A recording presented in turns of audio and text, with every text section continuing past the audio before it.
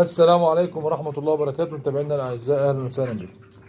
طبعا احنا النهارده بفضل الله عمر 33 يوم في الدورة ديت يعني، وزي ما انتم شايفين كده الجو طول النهار بيبقى حر، وبالليل الفراخ زي ما انتم شايفينها كده نايمة ملحلحة زي ما الوضع باين قدامكم خالص اهو. الفراخ اهي قدامكم على الطبيعة، شوف الفرخ. فزي ما بيقول لك كده ايه، احنا بنراقب سلوك الفرخ ما بنراقبش الترمومتر. يعني احنا لو بصينا دلوقتي اوريكم درجة الحرارة في الترمومتر عاملة كام عشان بس تشوفوا اهو. اتكلم في 24 يعني 24 دي اللي هي تحت، دي الحساسه اللي تحت، والترمومتر فوق 25، والرطوبه 55 زي ما انتم شايفين اهو. يعني الحراره دلوقتي لو احنا بنتكلم احنا عاوزين درجه حراره 26، لكن بالوضع اللي هي الفراخ في دي اللحلحه اللي انتم شايفينها دي كده، الفرخ عمال يلحلح قدامكم اهو زي ما انتم شايفين اهو. ينفع انا بقى اخلي لهم درجه حراره ما اعرفش كام وابص؟ لا، انت بتراقب سلوك الفرخ زي ما بيقولوا ايه، الفراخ بتتكلم معاك كده. يعني هو اللي بالوضع ده كله الفراخ دي كلها حرانه، في نقص اكسجين، يعني في حركات بتحصل من الفراخ كده، احنا من خلال ايه بنبتدي نقول ايه، لا ده في مشكله في حاجه معينه. زي ما بتلاقيها مثلا متجمعين تحت الدفايه ابو سقعانين، بعيد عن الدفايه يبقى الحراره عاليه جامد، الفرخ بيلحلح زي ما انتم شايفينه كده بدرجه الحراره عاليه. ما اجيش بقى اقول الترمومتر بيقول، انا ليا بالفرخ ذات نفسه براقب سلوك الفرخ، ما براقبش او ما بنتظرش ابص على الترمومتر والكلام ده كله. انا الفرخ اللي قدامي بيقول لي ايه، الوضع اللي قدامي عامل ازاي.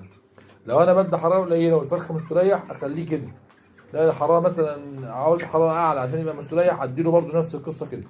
مش براقب يعني الترمومتر والكلام ده كله مطلوب، وكل الحرارات دي والكلام اللي احنا عارفينه كله الناس حافظاه ماشي، لكن انا في قدامي طير قدامي، الطير ده زي ما بيقولوا ايه بيكلمني ببعض الحاجات كده. يعني ماشي، انت لو هوصيك حاجه كده بص عشان تعرف بس ايه الحراره عاليه. بص للفرخه ده عامل ازاي، اللي هو ريشه مجدر قدامكم ده، دلدل الجناحات من على جسمه وهو عمال ينهج زي ما انتم شايفين اهو، عشان يعرض جسمه لاكبر درجات حراره، يعني اكبر هواء، اكبر كميه هواء عاوز. ما هي اهو، ده حران جدا كمان، واللي جنبه اهو.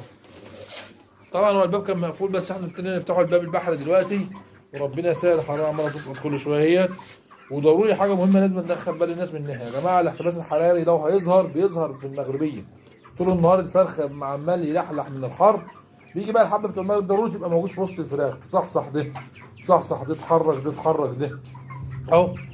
الوضع العام باين قدام الكل اهو بوريكم.